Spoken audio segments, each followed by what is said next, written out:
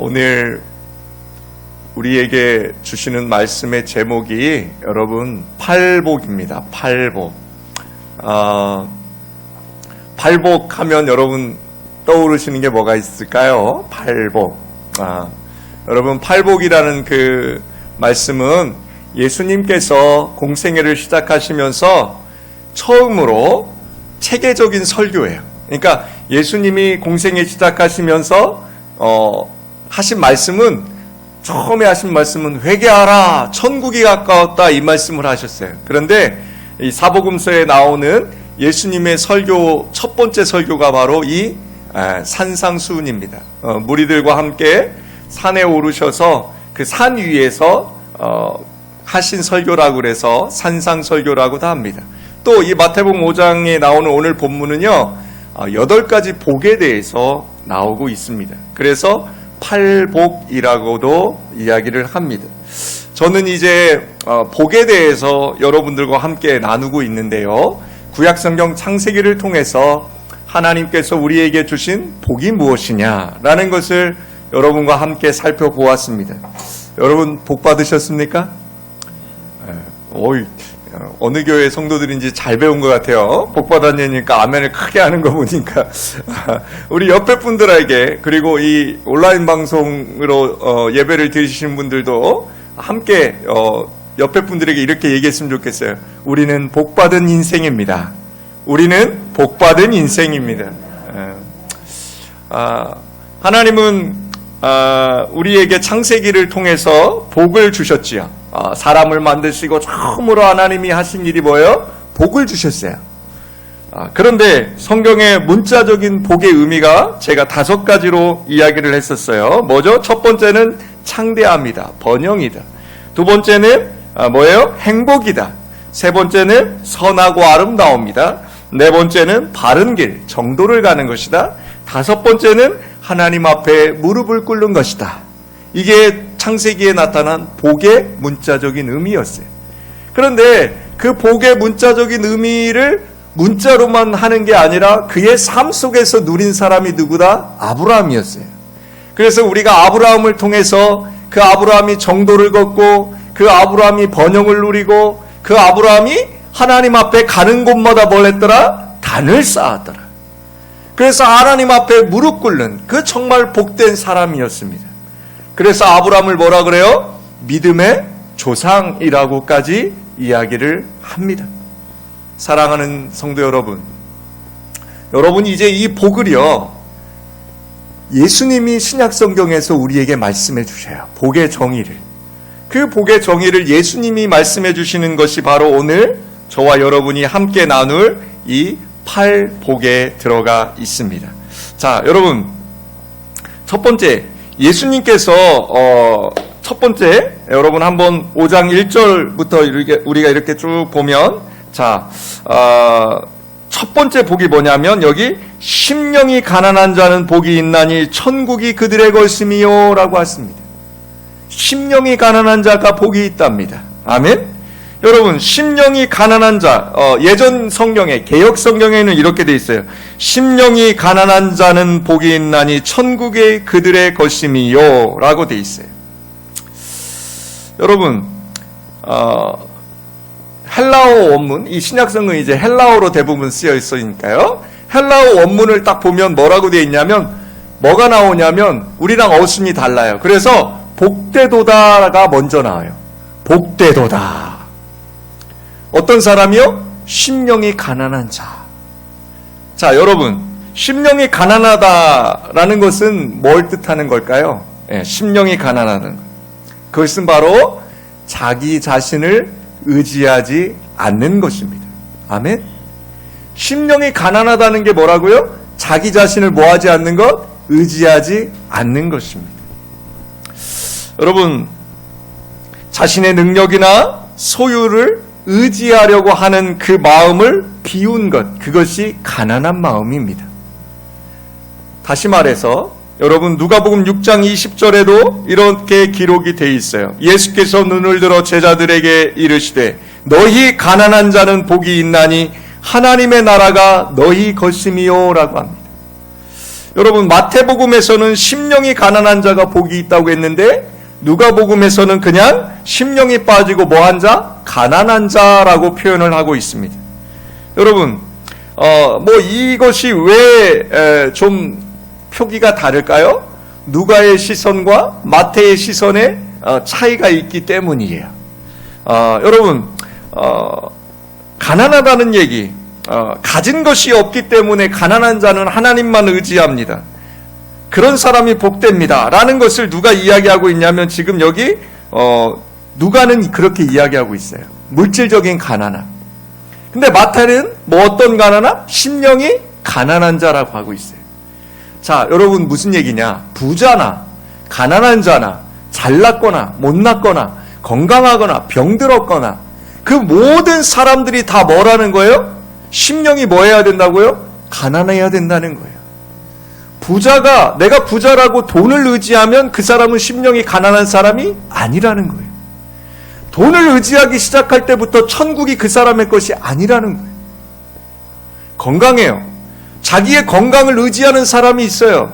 그 사람들은 뭐예요? 심령이 가난하지 않아요. 높은 권세에 있습니다. 높은 권세에 있는 사람이 권세자로서 그의 지위를 의지해요. 그 사람은 가난한 사람이 아니라는 겁니다. 물질이 없어요. 그런데 마음도 뭐예요? 곤고해요. 돈이 없는데 마음도 곤고해서 돈을 더 벌려고 해요. 나는 돈이 없으니까 돈 벌어야 돼요, 목사님. 다른 거 할 시간이 없어요. 그 사람은 뭐예요? 마음이 가난하지 못해요. 몸이 약해요. 세상에서 고칠 수 없는 병인이라고 하는데도 불구하고 그 병을 고쳐보겠다고 계속해서 다른 것을 의지하고 다른 것을 쫓아다녀요. 그 사람 또한 심령이 가난한 사람이 아니라는 것입니다. 오늘 여기 심령이 가난하다고 말씀하신 그 이유가 뭐예요? 세상에 있는 다른 것을 의지하는 사람은, 다른 것을 바라보는 사람은 복된 자가 아니라는 것입니다. 사랑하는 여러분, 여러분 지금 코로나로 인하여 근심하고 걱정하며 교회가 모이지 못하고 정말로 세상에 있는 많은 것들이 멈춰선 이때에 여러분 왜 다른 것들을 바라보아야 되겠습니까? 왜 다른 것들을 구해야 되겠습니까? 여러분 지금 이때가 바로 하나님께서 저와 여러분에게 하나님을 바라보라고 하는 시간인 줄 믿습니다. 여러분 기억하십시오. 어떤 목사님이 올리신 글이 인터넷에서 화제가 되고 있어요. 모이지 말라고 하는 것은 어떤 의미라고요? 하나님만 바라보라는 것입니다. 사랑하는 여러분, 지금 저와 여러분 심령이 가난해질 수 있는, 복받을 수 있는 기회임을 믿으시길 부탁드립니다. 다른 것 구하지 마시고 다른 것 생각하지 마시고 오직 우리의 창조주 되신 그 하나님을 구하고 바랄 때 저와 여러분은 복된 자임을 믿으시길 부탁드립니다. 그 복된 자들이 바로 하나님의 나라, 그 천국에 가는 자임을 믿으시길 부탁드립니다. 두 번째로, 애통하는 자가 복이 있다고 하셨습니다. 사랑하는 여러분, 애통하는 자가 복이 있다니 저들이 뭘 받을 것이요? 위로를 받을 것이요 라고 하십니다. 여러분, 애통하다 이 단어를 제가 좀 찾아봤어요. 그랬더니 애통하다라는 단어가 어떤 거냐면 가슴이 찢어지도록 운다라는 뜻이에요. 애통한다가 뭐라고요? 가슴이 찢어지도록 운다라는 단어예요. 사랑하는 여러분, 예수님께서도 눈물을 흘리신 적이 3번 있으세요. 아시죠? 예수님도 3번 우셨어요. 나사로의 죽음을 보신 주님께서 그의 죽음을 슬퍼하여 우신 것으로 생각합니다. 그러나 여러분 그렇지 않아요? 예수님은 뭐라고 했어요? 나사로가 죽었다라고 얘기하지 않았어요? 예수님은 잔다라고 말씀하셨어요. 또 예수님이 그때 나사로의 죽음을 보고 우신 게 아니라 뭘 보고 우셨어요? 사람들의 믿음 없음을 보고 분통하여 애통하여 우셨다라고 성경은 기록해요. 또 두 번째로 예수님이 우신 적이 언제요? 예루살렘의 임박한 멸망을 생각하시며 그는 감람산에서 우셨어요. 예루살렘 성이 멸망할 것이 얼마 남지 않았는데 사람들은 뭐만 해요? 먹고 마시고 그들의 삶을 영위하기 위해서 욕심껏 살아가는 모습에 예수님이 우셨어요. 또 세 번째요.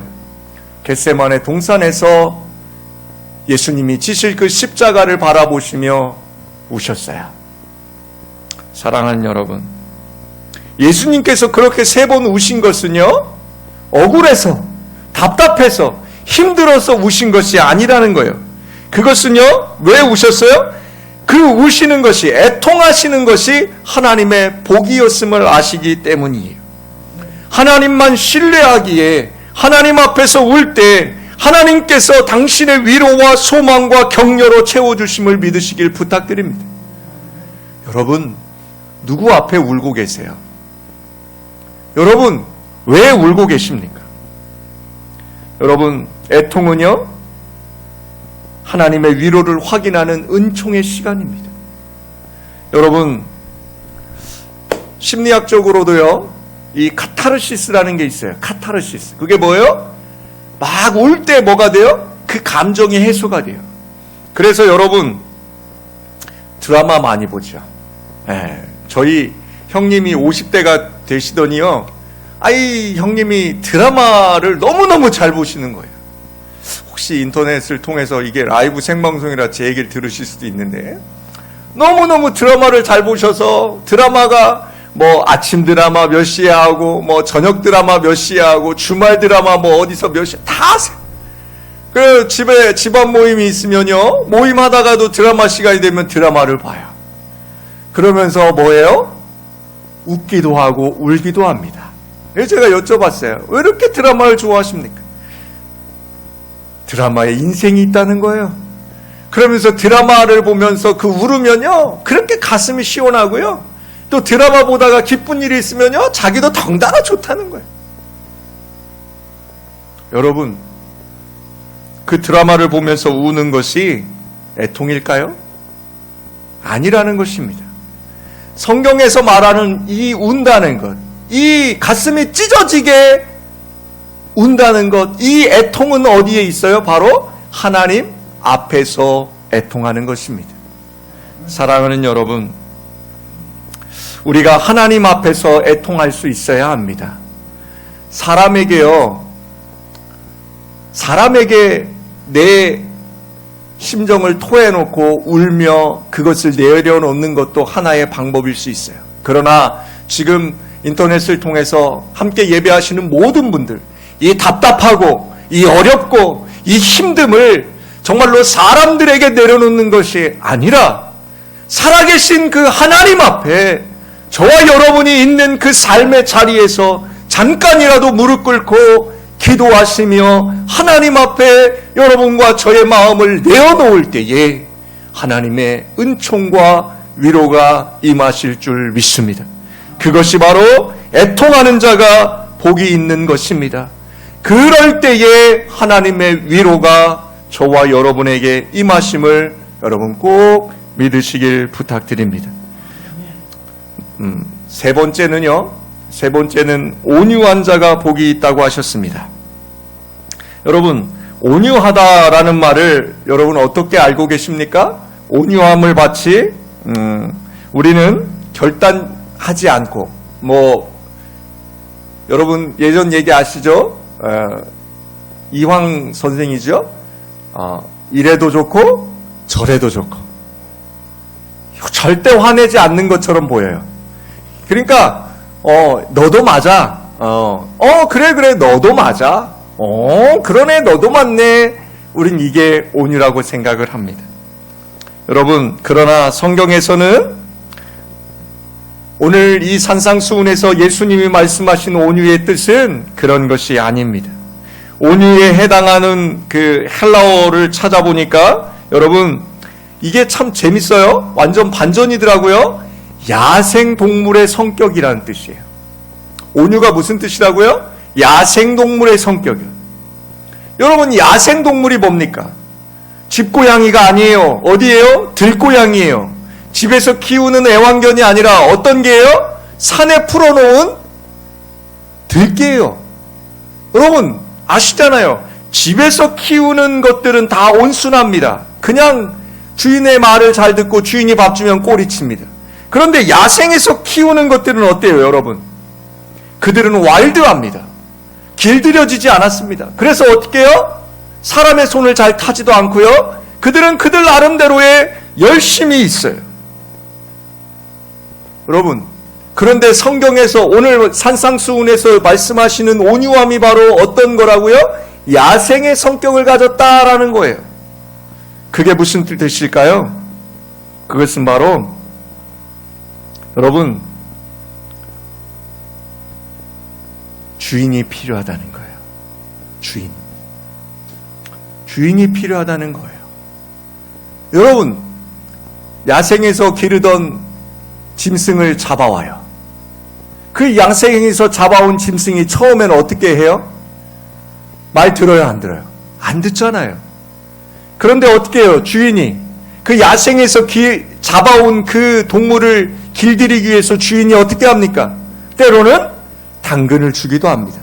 때로는 어떻게 해요? 채찍을 때리기도 합니다. 그리고 결국에는 뭘 해요?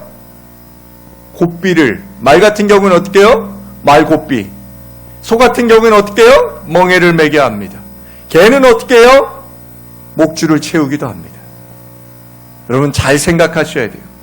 하나님께서 여러분 저와 여러분이 어디에 살던 사람들이에요? 하나님의 품을 떠나 세상에 있던 사람들입니다.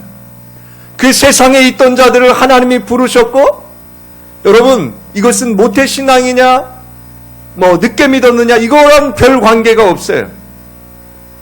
여러분과 제가 진짜 하나님을 만나는 그 시간부터가 바로 하나님께서 저와 여러분을 길들이시는 시간이에요. 하나님의 그 길들임 속에 있는 것, 그것을 성경은 뭐라고 이야기하냐면 온유하다라는 거예요. 여러분과 제가 정말로 예수 믿는다고 하면서도 어떤 때는 뭐예요? 그 죄 가운데, 그 엄청난 시험 가운데 넘어지고 쓰러질 때도 있습니다. 그런데 여러분 그때 넘어지고 쓰러질 때 여러분의 곱비를 누가 당기셔요? 하나님이 당기셔요. 그러면 저와 여러분이 다시 누구 앞에 올 수 있어요? 하나님 앞에 올 수 있는 거예요. 그 주인 되신 하나님 앞에 다시 돌아올 수 있는 것, 그 성격이 뭐라고요? 온유함이에요. 사랑하는 여러분, 세상이 얘기하는 온유함은요, 화낼 줄도 모르고 결정도 잘 못하는 그저 그냥 좋은 사람이라고 생각할 수 있어요. 그러나 예수님이 얘기하는 온유함은요, 그것이 아니라 뭐라고요? 마치 야생에 있는 사람들이 길들여지는 것 같은 그런 현상을 이야기해요. 사랑하는 여러분, 모세를 보고 성경에는 온유하다라고 그랬어요. 성경에 보면 딱 두 사람에게 온유한 사람이란 단어를 썼어요. 구약 성경에는 모세, 신약 성경에는 예수님. 왜 그랬을까요? 여러분 모세를 한번 생각해 보세요.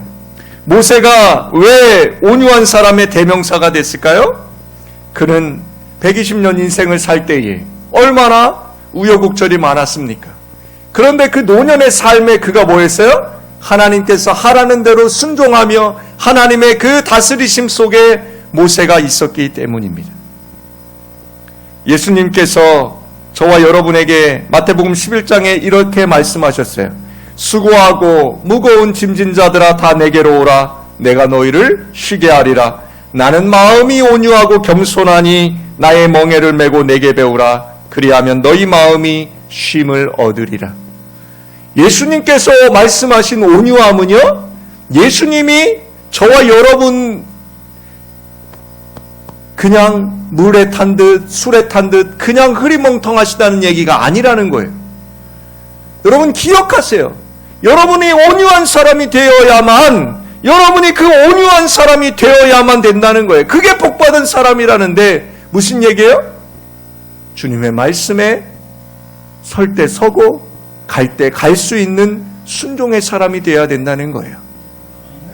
여러분 어디를 향해 가고 계십니까? 여러분 무엇을 추구하고 계십니까? 사랑하는 여러분, 온유한 여러분이 되셔서 늘 땅을 기업으로 받을 것이다 라는 그 말씀 속에서 여러분 항상 복받는 사람이 되시길 주님의 이름으로 축복합니다. 여기 땅을 받는다라고 하셨는데요, 땅이 뭐냐면 바로 이 세상을 주시겠다는 얘기예요. 여러분, 교회가 그리고 믿는 사람들이 이 세상에서 조롱받고 있어요. 지금 교회를 향한 세상의 조롱이요, 손가락질이요, 이제 너무나 당연한 것처럼 사람들이 이야기를 합니다. 한 여론조사에 보면 목사님들을 생각하고 교회를 생각하면 사기꾼이 먼저 생각난다는 거예요. 여러분, 이게 세상이에요. 이게 지금 우리가 현재 2020년 살아가고 있는 이 땅의 많은 사람들의 의식입니다. 사랑하는 여러분, 땅을 목표로 살면 죽습니다. 여러분이 땅을 목표로 살면 죽는다고요. 여러분이 이 땅을 얻기 위해서 살아간다면 여러분 그것은 죽는 것이에요. 그러나 사랑하는 여러분, 온유한 삶을 목적으로 하십시오. 여러분이 하나님을 바라보고 그 하나님 앞에 여러분이 설 때에, 하나님 앞에 애통하는 마음으로 여러분이 하나님 앞에 구할 때에 하나님께서 서라 하면 서고 가라 하면 갈 수 있는 그 순종의 마음을 얻는다면 여러분은 이 땅을 얻은 사람임을 믿으시길 부탁드립니다. 마지막 네 번째, 복받은 사람이 어떤 사람이냐? 예수님은 의에 줄이고 목마른 자가 복이 있다고 하셨습니다. 의에 줄이고 목마른 자. 사랑하는 여러분, 우리가 지금 살아있다는 진정한 증거는 뭘까요? 여러분, 예전에는요, 죽음이라는 단어를 의학적으로요, 심장이 멎으면 죽었다라고 했어요. 예전 의학으로는요. 그런데 지금은 이제 의학이 발전했잖아요. 그래서 지금은 심장은 관계가 없어요. 심장은 안 뛰어도 뭘 어떻게 해요? 기계로 뛰게 할 수 있어요. 기계로요. 그래서 기계로 사람을 살린다니까요. 예전에는 심장 안 뛰면 죽었잖아요. 그런데 지금은 심장이 안 뛰어도 기계로 살려요. 그런데 지금의 죽음의 기준은 뭔지 아세요? 바로 뇌예요, 뇌. 이 뇌가 활동을 정지하고 완전히 멈췄으면 그걸 뇌사라고 하잖아요. 그럼 죽음으로 인정을 해요. 여러분, 중환자실에서 심장이 멈추지 않고 뇌가 죽었는데도 기계에 의지해서 살아있다고 생각하는 사람들이 있어요. 그 사람들은 살아있으나 죽은 거예요. 여러분, 살아있는 사람은요, 배고픔을 느껴야 되고요, 목마름을 느끼는 거예요. 암에 걸리신 분들이 대부분 돌아가시는 이유가 뭔지 아세요? 여러분, 암에 걸리신 분들이요, 대부분 영양실조로 돌아가세요. 그러니까 먹질 못하는 거예요. 여러분, 병에 걸리면 입맛이 있어요, 없어요? 없습니다. 병에 걸리면 첫째 오는 것이 밥맛이 없어요. 여러분, 그게 왜 그래요? 내 몸이 아프기 때문에요. 병에 걸렸기 때문에 그래요. 그런데 여러분,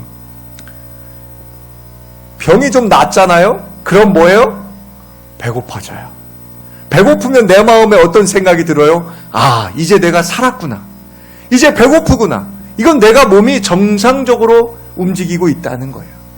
자, 그러면 오늘 복 있는 사람의, 예수님이 이야기하시는 복 있는 사람의 네 번째 사람이 뭐라고요? 의에 줄이고 목마른 자라 말씀하십니다. 여러분, 제가 말씀을 많이 드리지 않아도 제가 하는 말씀을 여러분은 아실 것입니다. 영적으로 살아있느냐, 영적으로 죽어있느냐, 이것을 예수님은 저와 여러분에게 다시 한번 묻고 계신 겁니다. 여러분이 영적으로 살아있는 사람이라면 반드시 의에 줄이고 목마를 수밖에 없는 것이고, 또한 그 의에 줄이고 목마른 사람만이 이 땅을 하나님 나라로 살아갈 수 있는 사람이에요. 그래서 그 사람이 뭐한 사람? 복된 사람이라 성경은 말씀하셔요. 사랑하는 여러분, 의가 뭐예요? 의가. 의는요, 바로 다른 것 없어요. 내가 하나님 앞에 서 있냐 이거예요. 내가 사람 앞에 서 있는 것이 아니라 내가 하나님과 바른 관계를 맺고 있느냐, 이것이 뭐예요? 의예요.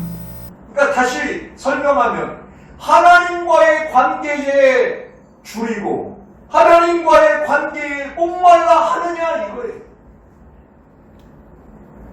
그런 사람이 뭐 할 거예요? 복된 사람이라는 거예요.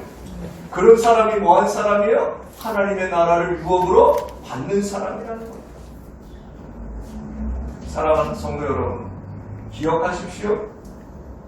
예수님께서 그런 사람은 배부를 것이다 라고 했습니다.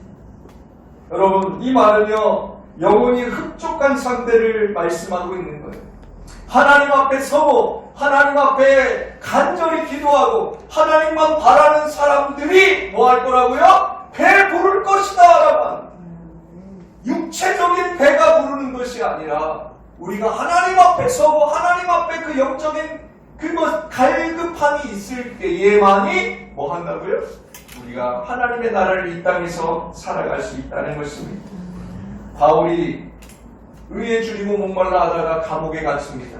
그리고 그 감옥 속에서 바울은 필립보 교인들에게 편지를 쓰면서 감사하라, 기뻐하라, 그렇게 그는 편지를 씁니다. 감옥에서 그가 감사하고 기뻐할 수 있었던 이유가 뭐예요? 단 하나입니다.